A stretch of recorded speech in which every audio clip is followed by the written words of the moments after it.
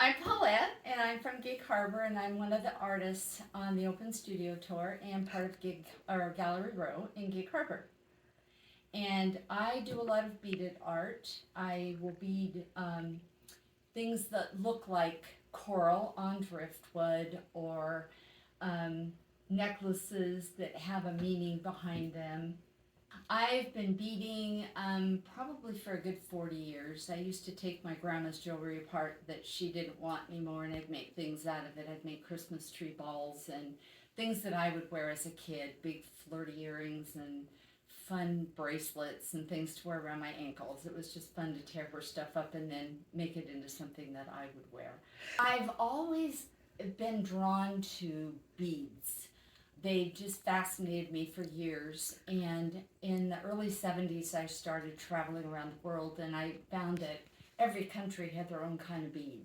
So I started collecting beads, and then I started collecting seashells and coral, respectfully collecting coral, and other natural gemstones from those countries, and incorporating them into pieces that I would make for women to wear or for something to be displayed.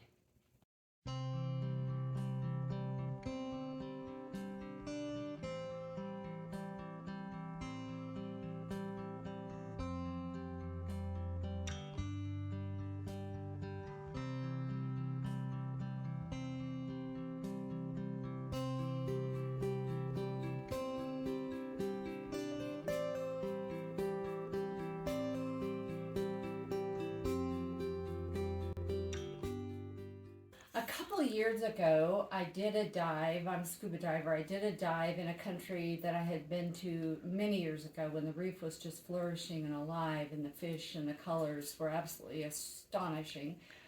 Went back again a couple of years ago, and the reef was dead.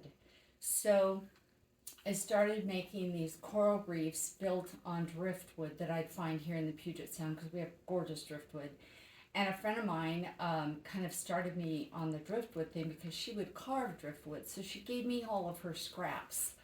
And so I started putting beads together on this driftwood. And it actually does look like a coral reef, the colors it used to be, and wishful thinking that it might become again in hundreds of years if we're still around. So that's what got me started on the coral reefs. So I'm finishing this, I'm not even sure what I'm going to call it yet. It started out Mother Earth Mourns or Morning Earth or something or whatever. I haven't named it yet. But what I do is I have a tiny little needle, and these are going to be the eyes on this piece, the last part of it that I have to finish. So I take the needle and I stick it in the hole of the bead, and then I put it on this eye that I've built out of Pellon and Ultra Suede. Ultra Suede comes in bajillions of colors, so I can use it. So I put them on the needle and then sew them right onto the piece that I'm doing.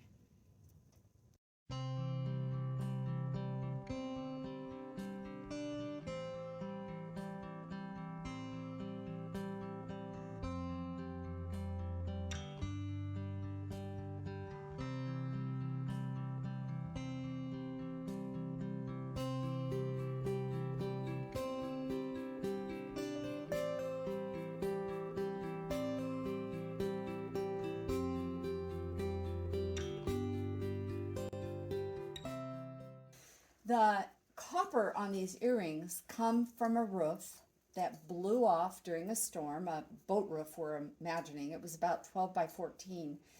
And it flipped over and floated across the sound and landed on a beach. Well, I found it about 3 years after it had been there, and it had already patinaed the copper.